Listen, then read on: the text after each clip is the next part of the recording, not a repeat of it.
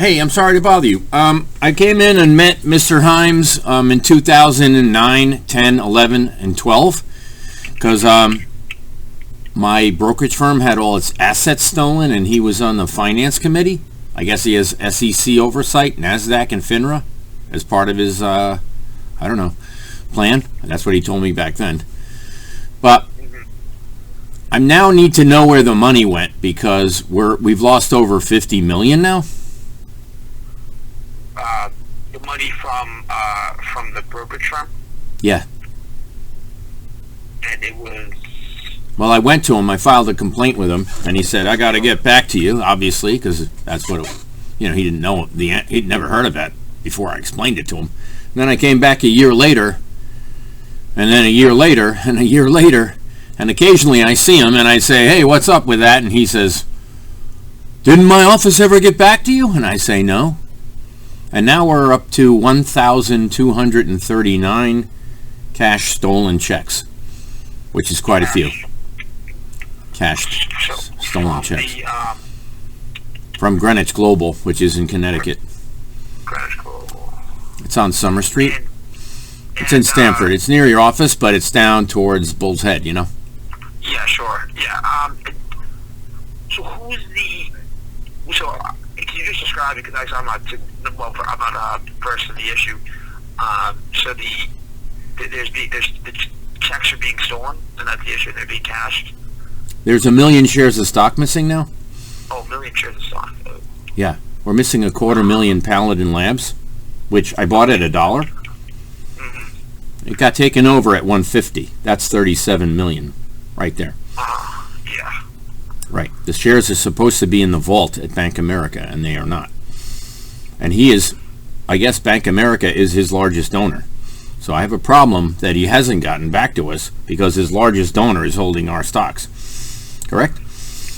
Sure. Wait, so Bank of America is holding the stocks. Right. So I sued him in federal court, and it got stayed pending arbitration at NASDAQ. You understand? Like, when you sue him in Stamford, they say, sorry, we don't have... subject matter jurisdiction over securities. That's the FINRA, NASDAQ. Okay, so I went to NASDAQ, right?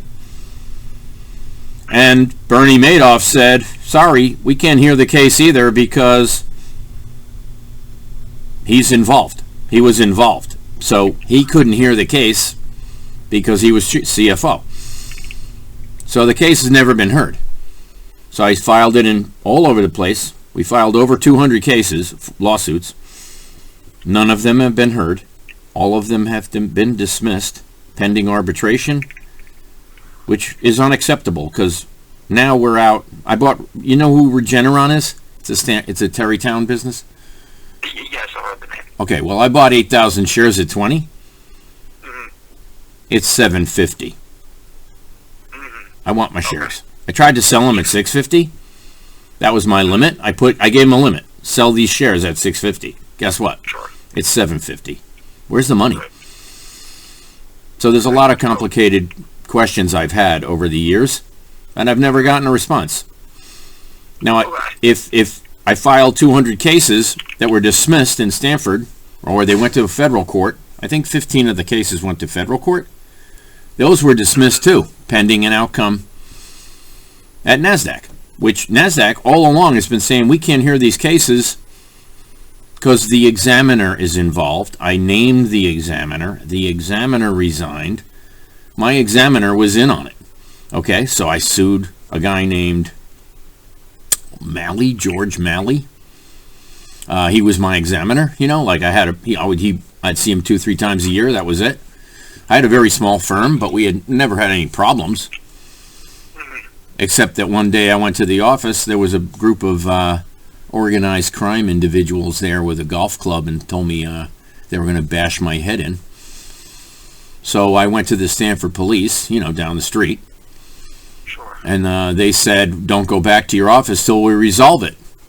Well, that was on September 30th, 2000. It's 2023. Every account that we have in the vault is missing. They changed all the mailing addresses on all the accounts. Do you know how many accounts that is? It's a lot. It's lots. hundreds of accounts, a thousand accounts is my guess. Because we had 30 just in my family. By the way, my son's like saved for college, right? Yep. In their college IRA, right? They're graduated. Right. Well, they bought AOL. They bought Google. My son's bought Google. Where is it? It's in their account. Unfortunately, we don't have the statements. So someone is falsifying the records. Okay. So is this all just the brokerage firm that's? Yeah, it's all in the same firm, my firm. See, I did a lot of IPOs. I did a lot of private placements in biotech. Mm-hmm. So we have 1 million shares of Select Therapeutics missing. And people say, well, what happened to the company? I go, nothing happened to the company. I have $1,000 price target on it. That's $1 billion we're out. It's not trading any longer. You know why? Why is that? Because I was the investment banker, and all the shares are missing. And Mr. Himes was supposed to be investigating. I talked to him in 2009. Obviously, he just got there when I first spoke to him. But, I mean, I came back to him in 2012, and still nothing. I see him more than once a year. I go to I go to the Westport meeting if he has a town hall, I go. He knows me by sight. He knows my name, and yet he hasn't answered me, which is remarkable. Now I find out he took money from FTX. Really? Because when I asked him about FTX, he didn't admit it. Maybe he didn't know. It's possible he didn't even know. Yeah, so obviously I can't speak on any of that. I'm not versed in any of those things. As far as. Well, how do I get a response? That's what I'm asking about. Where's the response that I was promised? Sure. So that's something I'd have to look into. Obviously I was not working here in 2009, Right. 2010. Right. So I'm not. What do you need to know? Ask me anything you want. So what was that? You know what the problem is? What's the problem? You know when a day trader has a machine and they can buy 1,000 shares of IBM and it goes in their brokerage account and then they take the money out? Yeah. Okay. Yeah. I had 6 machines stolen. 6. Right. Okay. Guess what? That's the issue. Yeah. Guess what? What's that? One of them went to Wilton. I did not know. You know how many trades they did? Guess. What was that? Guess how many trades they did with my stolen NASDAQ workstation? I do not know. 500,000. Okay. Now, they had 30 employees that they hired that I didn't know about. I still don't know who they are. Guess what? Okay. Guess what? What's that? The guy who ran the branch there, his name is Tim Daly. Have you ever heard of him? No, I'm not. Okay. He's been barred by the Securities Exchange Commission twice for life. Twice. What's he doing with my NASDAQ workstation that Jim Himes is supposed to be looking for? And have you ever, contacted law enforcement about this? Yeah, If there's, of course. And there's just no leads to that or no. 9 detectives from Norwalk worked on the case. Yeah, nothing. And is They there need. any- They said they couldn't tell me anything because it would jeopardize their investigation. That's what they said. and when was this? What was the sort of the date on this? Well, I went to Thomas Cummings in 2000. That was the guy, and he got arrested for being a pedophile. He had sex with 7 boys. He's in jail, or he went to jail. He's out of jail now, and we're paying his pension. But he was the first one. Then Vitarbo got it, and Lowe O'Connor got it, and then a guy named Maloney got it. Maloney had it for like 8 years. Do you know what? You know what Maloney's file says? On page 175 of a 900-page file. Guess what it says? You ready? Yep. Me, Johnny Flynn, right? He said that I'm a domestic terrorist. Oh, really? Oh, really? And that's in the police file. Correct. Guess what? Guess what? You know, Guess what? what's that? I want them all arrested, every single one of them. It's the largest securities fraud case in North American history. Who else did a 500,000 fraudulent trades? Anybody? No. Not that I know of. Right. Guess whose tax ID number they're in? I don't know. Mine. Right. Guess who put a $50 commission on every trade? I don't know. Sound Financial Advisors. Does that sound familiar? I did get the name of that. Sound Financial Advisors. That's a legitimate firm. Okay? But guess what? What's that? That's a Delaware corporation. The one that did my trades is a Connecticut corporation founded by Kelly Dryan Warren, who's Bank America's attorney. So my bank's attorney, set up a fictitious corporation to launder money. And do you know how much money they've laundered? I do not know how much money. Nobody knows. Okay. But guess what? Every trade is under my securities license. It's under your securities license? The laundering's occurring? To this day. Okay. Alright, well, you know what I can do? You know, obviously this is a lot of information taken. Right. How do I take down your contact information? Please do. Will Haskell knows all about it. Is Will there? What's that? Is Will Haskell still work there? Because I talked to him about it. Will Haskell, I believe he was, no, he does not work there. I believe he Right, he was, went back to, well, I think he went to law school, which is good. Yes, yeah. Yeah, he was reasonable. Don't get me wrong. He's a pleasant guy. He's a really eloquent speaker. Mm-hmm. But that doesn't do me any good, does it? Sure. Mm-hmm. You know, like I said, if I could have your contact information, Sure. you know, running around, you said your name's, Are you going to get back to me? what's that? Are you guys going to get back to me? I'm going to do my best. I'm going to look into see what we can do. I mean, this is a very complicated situation, so, you know, I'll run it by someone who's, you know, has some experience in the office, and, You know, I wrote 120. Okay, I wrote a 125-page complaint in 2001, okay. and Himes knows about it. Okay, was that sent to the office? Was that? No, I sent it to the Connecticut State Banking and Securities Commissioner, who he instructed me to do. That's what he instructed me to do. To what? To contact? We talked about who I should go to, who I should talk to. So I went to Washington, I went to Boston, I went to all the regulators. Turns out we uncovered that the IPO of NASDAQ is for a fraudulent transaction. Do you know who brought them public? No, I do not. Computer Shares. Guess where that lawsuit is?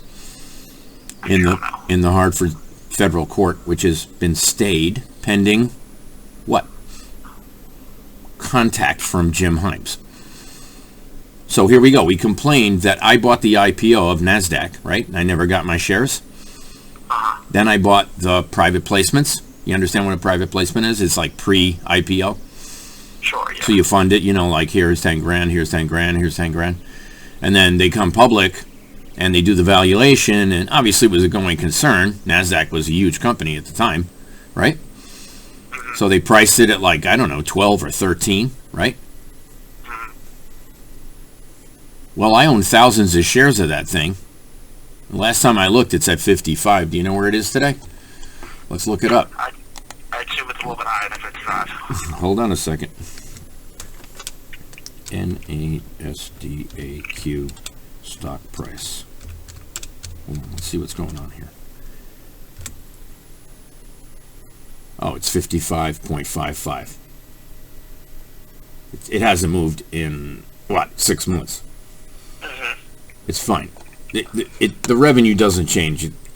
It's down 50 cents today, but that means that's meaningless. Okay.